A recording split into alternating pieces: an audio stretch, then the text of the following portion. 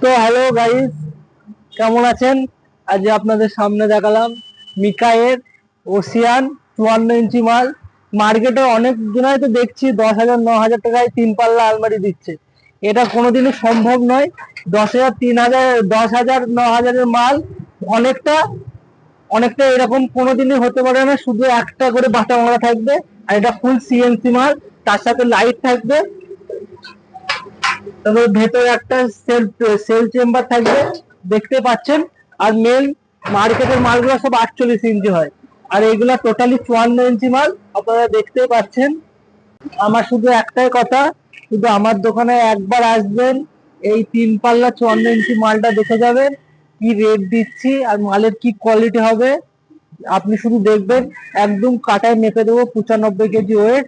আর মালের এক দেখেন 1.5 বছর করে গ্যারেন্টি।